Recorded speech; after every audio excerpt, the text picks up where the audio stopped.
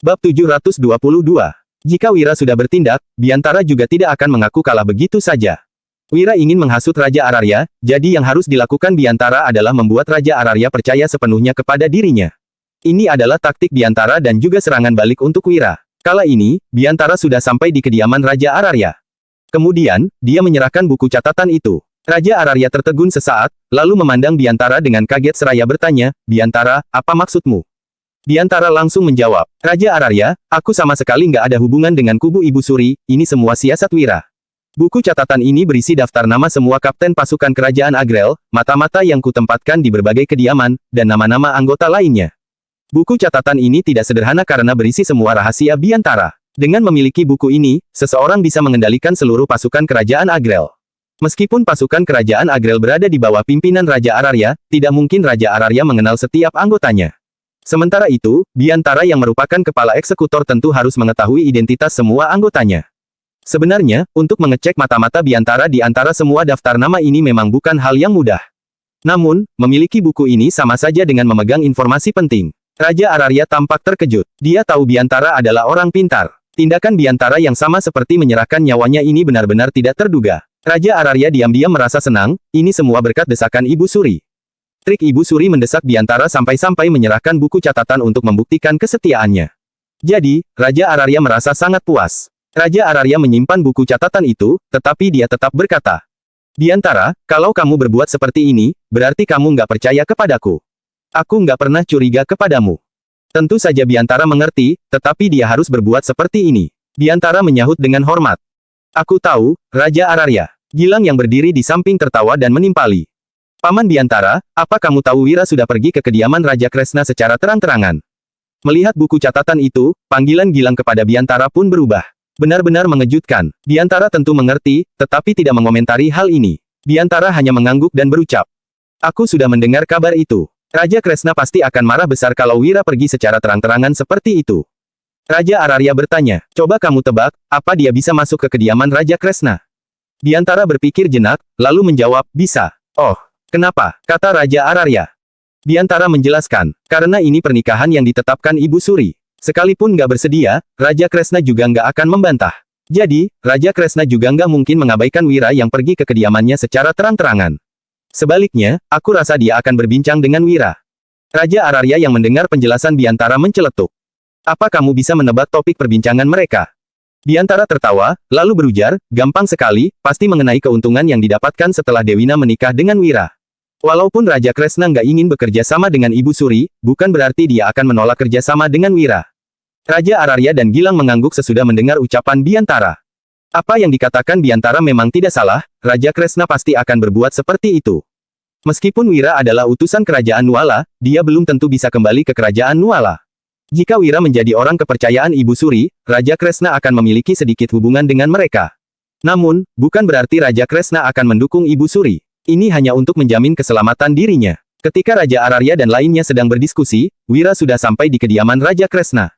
Selain itu, Wira masuk ke ruang kerja Raja Kresna dengan lancar. Bab 723. Saat ini, hanya ada Raja Kresna, Dewina, dan Wira di ruang kerja. Pada saat bersamaan, kabar ini pun tersebar. Raja Ararya langsung mendapatkan informasi bahwa Raja Kresna, Wira, dan Dewina berbincang secara rahasia di ruang kerja. Namun, tidak ada yang tahu topik pembicaraan mereka. Raja Ararya yang mendengar kabar ini sama sekali tidak terkejut, dia hanya tersenyum. Sementara itu, di ruang kerja, Raja Kresna memandang Wira dan berucap dengan datar. "Kenapa kamu datang secara terang-terangan? Bukankah tindakanmu ini agak sembrono?" Wira tersenyum dan menyahut, "Nggak masalah. Kalaupun aku nggak datang, orang lain tetap menganggap aku dan Raja Kresna berhubungan. Karena hubungan ini sudah terekspos, lebih baik aku langsung menunjukkannya." Raja Kresna mengernyit dan menimpali, "Tapi, nggak ada yang tahu aku memihak Ibu Suri. Bahkan, nggak ada yang tahu aku bekerja sama denganmu." Awalnya, Raja Kresna dan Wira bekerja sama secara diam-diam. Namun, tindakan Wira yang menghebohkan ini pasti akan menimbulkan kecurigaan orang lain. Wira tertawa dan berujar, "Apa kamu takut mereka curiga? Biarkan saja." Raja Kresna dan Dewina tertegun mendengar ucapan Wira. Raja Kresna bertanya, "Apa maksudmu? Kamu sengaja membuat mereka curiga?" Wira mengangguk dan menjelaskan, "Saat merasa curiga, mereka pasti akan berpikiran yang tidak-tidak. Sekarang, aku memang berniat memperkeruh situasinya. Hanya saat situasinya kacau baru bisa muncul jejak-jejak yang mencurigakan." Setelah Wira melontarkan perkataannya, Dewina dan Raja Kresna tercengang. Mereka berdua tidak menyangka pemikiran Wira begitu maju. Wira benar-benar jenius. Meskipun semua orang memahami logika ini, hal seperti ini sangat sulit dilakukan. Alasannya adalah butuh kepercayaan diri yang besar untuk melakukan hal ini. Bagaimanapun, saat situasinya makin kacau, masalah yang muncul akan menjadi makin banyak. Mungkin saja bisa muncul faktor-faktor yang susah dikendalikan. Faktor-faktor ini bisa menyebabkan situasinya menjadi runyam. Jika berani berbuat seperti ini, berarti Wira mempunyai kemampuan untuk mengendalikan situasi yang sangat hebat. Kemudian, Wira mulai membicarakan urusan penting. Kita sudah bertindak. Yang pertama, kita harus membunuh Biantara. Begitu dia mati, Raja Ararya akan kehilangan tangan kanannya. Walaupun pasukan kerajaan Agrel ada di bawah kendalinya, nggak semudah itu mencari pengganti Biantara. Raja Kresna menyela. Sepertinya sulit sekali untuk menjatuhkan Biantara. Raja Ararya sangat mempercayai Biantara. Wira tersenyum dan menimpali. Jadi, kita harus meruntuhkan kepercayaan ini. Kuncinya adalah ketujuh orang itu. Apa kamu pikir hubungan Raja Ararya dan Biantara akan langsung retak hanya karena selembar surat dan 7 orang itu? Raja Kresna mengernyit, sepertinya tidak mungkin. Wira melanjutkan. Saat dirimu nggak terancam bahaya, kamu pasti nggak akan peduli. Tapi, kalau keselamatanmu terancam, tentu saja kamu akan mulai curiga. Jadi, ketujuh orang itu akan diutus untuk membunuh Raja Ararya. Aku tahu mereka pasti gagal, makanya aku meminta orang yang nggak takut mati. Namun, Raja Kresna menggeleng dan berucap. Ini cukup sulit. Bagaimanapun, di dalam rencana ini banyak kekurangan. Raja Ararya pasti nggak akan percaya. Wira langsung tertawa begitu mendengar ucapan Raja Kresna, lalu berkata. Bagaimana kalau, mata-mata di dalam pasukan bayangan yang bilang Biantara berencana membunuh Raja Ararya? Raja Kresna dan Dewina tercengang mendengar kata-kata Wira. Raja Kresna menimpali. Apa, mata-mata itu? Dia bawahannya Biantara, mana mungkin dia mau membantu kita? Bab 724. Raja Kresna tidak mengerti alasan Wira berkata seperti ini. Namun, Wira malah tertawa dan berujar. Sekarang, dia pasti nggak akan bilang. Tapi, aku akan memaksanya dan aku harus bertemu dengan orang ini secara diam-diam. Raja Kresna menarik napas dalam-dalam setelah mendengar ucapan Wira. Dia memang tidak tahu apa rencana Wira, tetapi dia tetap mengangguk dan menyanggupi permintaan Wira. Oke, aku akan mengaturnya. Kemudian, Wira pun pulang. Setelah malam ini, Biantara pasti akan celaka. Ini adalah taktik Wira dan dia sudah memperkirakan hal ini. Dewina yang mengantar Wira keluar. Dia tersenyum dan berucap. Tuan Wira, kapan kita akan menikah? Wira merasa canggung mendengar ucapan Dewina, lalu menyahut. Semua ini idenya Ibu Suri. Wira memang berbual di aula istana, tetapi sebenarnya dia tidak terlalu tertarik kepada Dewina. Wira menjadi gugup sesudah mendengar perkataan Dewina. Dewina menggoda Wira. Waktu di aula, kamu bilang kita pernah melakukan hubungan suami istri. Tuan Wira, kamu harus bertanggung jawab. Wira berdeham dan menimpali. Itu, Nona Dewina, seharusnya kamu tahu ini semua demi Ibu Suri. Aduh, ini salah Ibu Suri yang memaksaku berbuat seperti ini. Aku, juga nggak punya cara lain lagi. Wira melanjutkan. Nona Dewina, itu, statusmu begitu terhormat, sedangkan aku hanya utusan dari kerajaan Nuala. Aku nggak pantas untukmu. Wira yang merasa bersalah tidak berani banyak bicara lagi, dia hanya tersenyum canggung. Dewina yang mendengar perkataan Wira tertawa sambil menutup mulutnya, lalu berkata. Sudahlah, aku hanya bercanda. Tapi, Tuan Wira begitu hebat, aku yang nggak pantas untuk Tuan Wira. Sesudah itu, Dewina langsung berbalik dan pergi. Dia tampak agak sedih. Wira juga merasa sedikit frustrasi. Dia menyakiti Dewina secara tidak sengaja. Namun, Wira tahu Dewina akan kesulitan menikah seumur hidupnya karena perkataannya waktu itu.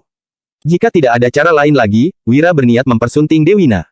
Akan tetapi, Wira harus meminta persetujuan istrinya yang lain. Saat dalam perjalanan pulang, Wira sudah bersiap-siap untuk menyuruh ketujuh orang itu bertindak malam ini.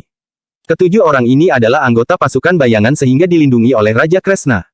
Jadi, mereka mempunyai kesempatan untuk mendekati Raja Ararya. Katanya, pasukan bayangan bermasalah, tetapi Wira tidak mempercayainya. Raja Kresna adalah orang yang teliti. Meskipun Raja Ararya mengendalikan pasukan kerajaan Agrel, sesungguhnya bawahannya yang kompeten hanya Biantara.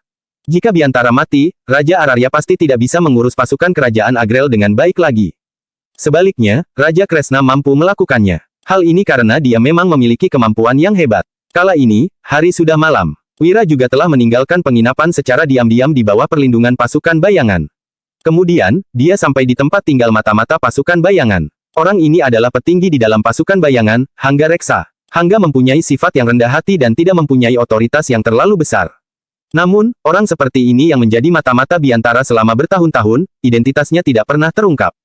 Hanya saja, Hangga tidak tahu bahwa sebenarnya dia sudah ketahuan sejak awal. Saat ini, dia baru kembali ke ruang kerjanya. Ketika membuka pintu, Hangga melihat Wira yang berdiri di dalam ruangan. Hangga merasa kaget dan langsung mengeluarkan pisau. Dia berseru. Kamu siapa? Bab 725. Hangga sangat gugup. Orang yang bisa masuk ke sini secara diam-diam pasti memiliki kemampuan yang hebat. Wira yang memegang senapan tersenyum dan menyahut. Jangan panik, Tuan Hangga, aku datang untuk menyelamatkanmu. Sambil bicara, Wira duduk di kursi seraya memandang Hangga. Hangga menyipitkan matanya dan mendengus, lalu menimpali. Menyelamatkanku. Atas dasar apa kamu menyelamatkanku? Hidupku baik-baik saja. Katakan, siapa kamu? Wira menjawab, namaku Wira, seharusnya kamu pernah mendengar namaku, kan? Hangga tertegun begitu mendengar jawaban Wira. Dia berseru. Wira, meskipun terkejut, Hangga tetap berujar. Kebetulan Raja Kresna mau menyingkirkanmu. Kamu menerobos masuk ke rumahku malam-malam begini dan berniat membunuhku. Jadi, sudah semestinya aku menghabisimu. Kemudian, Hangga hendak menyerang Wira. Namun, Wira mengeluarkan senapan dan menodongkannya ke arah Hangga. Wira mengancam. Kalau kamu maju lagi, aku akan menembak mati kamu. Selain itu, Tuan Hangga, kamu pandai sekali membual. Apa kamu sendiri nggak tahu kamu bawahannya siapa? Ucap Wira dengan datar. Begitu Wira melontarkan perkataan ini, Hangga seketika merasa gugup. Namun, mana mungkin Hangga mengakuinya. Dia pasti akan celaka kalau mengaku. Hangga berkata. Apa maksudmu? Aku nggak paham. Sementara itu, Wira juga tidak peduli dan menyahut. Oke, kalau kamu nggak mau mengaku, aku akan menceritakan penyebab kematianmu dan alasan aku bisa menyelamatkanmu. Setelah Wira selesai bicara, Hangga tersenyum sinis dan menanggapi perkataan Wira. Nggak masalah, Tuan Wira. Aku penasaran bagaimana omonganmu bisa membuatku mati dalam waktu singkat. Orang lain mungkin nggak bisa melakukannya, tapi aku bisa. Mengenai penyebab kematianmu, itu karena kamu terlibat dalam kasus rencana pembunuhan Raja Ararya, kata Wira. Hangga tertegun begitu mendengar ucapan Wira. Dia tetap tidak memahami maksud perkataan Wira. Hangga bertanya. Rencana pembunuhan Raja Ararya, jangan bicara omong kosong. Wira, kamu gila, ya. Wira tertawa. Dia sama sekali tidak marah, malah berkata dengan datar, yang berencana membunuh Raja Ararya itu ketujuh orang yang kalian utus untuk membunuhku. Sejujurnya, mereka sudah mati dan aku mengambil lencana milik mereka, jadi aku akan memanipulasi identitas tujuh orang itu untuk membunuh Raja Ararya. Menurutmu, apa yang akan dipikirkan Raja Ararya kalau dia tahu hal ini? Raut wajah Hangga berubah drastis. Dia berseru, apa? Hangga tidak menyangka Wira mengetahui masalah ini. Wira membalas, kenapa? Kamu nggak mau berpura-pura lagi? Sebenarnya, Raja Kresna sudah tahu kamu itu mata-mata. Sekarang, kita akan memanfaatkan identitasmu untuk menyelesaikan masalah ini. Kalau kamu bersedia bekerja sama denganku, Biantara akan mati dan kamu selamat. Kalau kamu menolak, kamu yang akan mati. Menurutmu, siapa yang berencana membunuh Raja Ararya? Kenapa ketujuh orang yang membunuhku malah berbalik membunuh Raja Ararya? Lanjut Wira. Wira menambahkan, apa aku yang menyuruh mereka? Tentu saja bukan, karena ketujuh orang itu anggotamu. Bahkan, Biantara akan mencurigaimu juga. Apakah kamu akan mati atau enggak? Kemudian, Wira menakut-nakuti Hangga lagi. Sebenarnya, hal ini belum bisa dipastikan. Tapi, kamu pasti akan kehilangan posisimu ini dan kamu sama sekali nggak penting lagi. Sekalipun Raja Ararya nggak membunuhmu, Raja Kresna juga akan menghabisimu. Setiap kata-kata Wira sangat mengena di hati Hangga. Ekspresinya berubah drastis dan dia berucap, kamu. Jika apa yang dikatakan Wira benar-benar terjadi, berarti Hangga memang terancam bahaya. Hangga tidak membunuh orang dan tidak memberikan perintah itu, namun siapa yang mempercayai perkataannya? Bab 726. Hangga bukan orang bodoh. Dia tentu paham dengan ucapan Wira. Sementara itu, Wira tertawa sejenak sembari melirik ke atas meja. Dia menuangkan secangkir teh dan meminumnya. Iya, teh yang disajikan oleh Tuan Hangga benar-benar wangi. Wira tersenyum menatap Hangga sambil bersandar ke kursi, lalu melanjutkan. Tuan Hangga, kamu seharusnya paham dengan ucapanku. Sekarang kamu hanya bisa bekerja sama denganku. Setelah mendengar perkataan Wira, Hangga menarik napas dalam-dalam dan menatap Wira dengan ekspresi muram. Dia berkata, aku nggak percaya, Raja Ararya begitu mempercayai Tuan Biantara. Tuan Biantara juga begitu mempercayaiku. Aku nggak yakin rencanamu akan berhasil. Hangga menggertakkan gigi karena kesal. Dia tahu situasi akan menjadi krisis apabila terjadi pemberontakan. Jika ada pilihan lain, dia tentu tidak akan memberontak. Sepertinya kamu masih belum mengerti maksudku, sahut Wira tersenyum. Dia tahu bahwa Hangga sudah berada di ambang kehancuran. Oleh sebab itu, Wira tidak ingin berbasa-basi lagi dengannya. Tuan Hangga, begini saja. Setelah pembunuhan malam ini, Biantara yang akan dicurigai.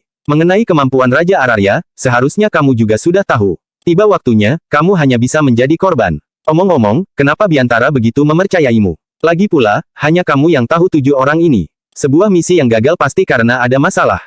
Tujuh orang ini memiliki kemampuan yang luar biasa. Mereka tiba-tiba menyerangku saat tengah malam. Meski aku ada 10, aku juga akan mati. Apa Biantara nggak curiga padamu tentang hal ini? Menurutku, Raja Araria pasti mencurigai Biantara. Masalah ini sudah menimbulkan kecurigaan. Jadi, jangan memikirkan dirimu sendiri. Orang yang dicurigai nggak akan bisa menjelaskan apapun. Wira memang tidak berbicara banyak, tetapi Hangga sangat paham bahwa ucapan Wira benar. Jangankan Raja Araria dan Biantara, bahkan Hangga sendiri juga tidak tahu kenapa 7 orang itu bisa gagal. Hangga menarik napas dalam-dalam, lalu bertanya. Aku ingin tahu, kenapa mereka nggak membunuhmu? Wira menjelaskan, aku sudah menduganya sejak awal bahwa mereka akan menyerangku, jadi aku selalu berwaspada. Begitu mereka masuk, aku sudah melumpuhkan 2 orang. Yang lain nggak berani bertindak gegabah dan akhirnya dibunuh oleh orang-orangku. Mereka memang sudah mati, tapi aku sudah meminta Raja Kresna untuk mengatur segalanya. Menurutmu apa mereka masih akan percaya padamu setelah mengetahui bahwa 7 orang ini mati di kediaman Raja Araria? Lanjut Wira. Hangga tampak terkejut. Dia telah merasakan niat membunuh yang sebenarnya sekarang. Tuan Hangga, kamu nggak perlu takut. Kalau kamu bekerja sama denganku, aku akan menjamin keselamatanmu, timpal Wira sambil tersenyum. Mendengar ini, Hangga menengadah dan bertanya, apa yang akan kamu gunakan untuk membantuku? Wira tersenyum sembari membisikkan sesuatu. Begitu mendengar ucapan Wira, Hangga sontak bergidik ngeri. Dia berkata dengan terbata-bata. Ren, rencana serapi itu, pantas saja kalian nggak pernah kalah. Hangga terduduk di lantai dan benar-benar putus asa. Di sisi lain, di kediaman Raja Araria, ada 7 sosok yang menyelinap masuk ke ruang kerja Raja Araria dengan perlahan. Mereka bertuju seketika beraksi. Raut wajah Raja Araria yang berada di dalam ruang kerja berubah drastis saat melihat 7 orang bertopeng yang menyerbu kediamannya. Beraninya kalian menerobos masuk ke kediamanku, teriak Raja Araria dengan terkejut. Penjagaan di kediamannya sangat ketat, bagaimana mungkin ada orang yang bisa menerobos masuk? Sementara itu, ke-7 orang itu tidak membuang waktu dan langsung berusaha membunuh Raja Araria. Bab 727. Kekuatan mereka sangat mengerikan. Raut wajah Raja Araria sangat muram. Lantaran dirinya juga seorang ahli bela diri, dia seketika menghunuskan pedangnya. Raja Araria tahu bahwa dirinya bukan tandingan ke-7 orang ini, tetapi asalkan bisa bertahan, pasti ada seseorang yang akan datang menyelamatkannya. Raja Araria bertarung sambil mundur. Meskipun begitu, lengannya tertusuk dan seketika mengeluarkan darah. Raja Araria terlihat sangat marah, sedangkan ke-7 orang itu tampak sangat dingin. Mereka mendapat perintah untuk membunuh Raja Araria sebisa mungkin. Jika benar-benar bisa membunuhnya itu akan lebih bagus. Jika tidak bisa juga tidak apa-apa. Namun, dilihat dari situasi seperti ini, Raja Araria pasti akan mati di tangan mereka. Ke-7 orang ini sangat bersemangat. Sementara itu, terlihat anak panah yang ditembakkan dari luar dan langsung menewaskan 3 orang. Ke-4 orang yang tersisa segera berusaha untuk membunuh Raja Araria. Namun, saat ini ada satu sosok yang berlari ke dalam ruangan. Dia berpakaian putih dan terlihat sangat luwes. Pedang yang sedang dia genggam sangat tajam. Dia terlihat sangat kejam dan memiliki niat membunuh yang dahsyat. Ketika melihat orang ini, Raja Araria pun menghela napas, lalu berkata, sisakan 1 orang. Mendengar ini, pendekar berbaju putih langsung bertarung melawan orang-orang yang berusaha membunuh Raja Araria. Pendekar ini sangat ahli dalam seni bela diri. Keahliannya sangat mengerikan. Tidak butuh waktu lama baginya untuk membunuh 3 orang. Kini, tersisa 1 orang yang sudah tidak bisa melarikan diri. Orang yang tersisa ini langsung memenggal lehernya sendiri tanpa mengatakan apapun. Dia sama sekali tidak ingin membiarkan pendekar berbaju putih menangkapnya hidup-hidup. Maaf, Yang Mulia, beberapa dari mereka sangat terampil. Mudah untuk membunuh mereka, tapi mereka ingin bunuh diri. Saya tidak bisa menghentikan mereka, ucap pendekar berbaju putih dengan hormat sembari menyimpan pedangnya. Nggak apa-apa, Dwi Pangga, kamu sudah melakukan yang terbaik. Kalau bukan karenamu, aku pasti akan mati hari ini. Sahut Raja Araria, lalu menarik napas dalam-dalam. Dia sama sekali tidak menyalahkan Dwi Pangga. Saat ini, banyak orang berbondong-bondong kemari, termasuk Gilang. Ayah, bagaimana dengan keadaanmu? Pekik Gilang karena sangat khawatir. Raja Araria melambaikan tangannya seraya menjawab. Nggak apa-apa, hanya luka luar. Ayo kita lihat siapa sebenarnya mereka. Tanpa mengatakan apapun, Gilang langsung melepas topeng mereka, tetapi semua wajah mereka terlihat asing.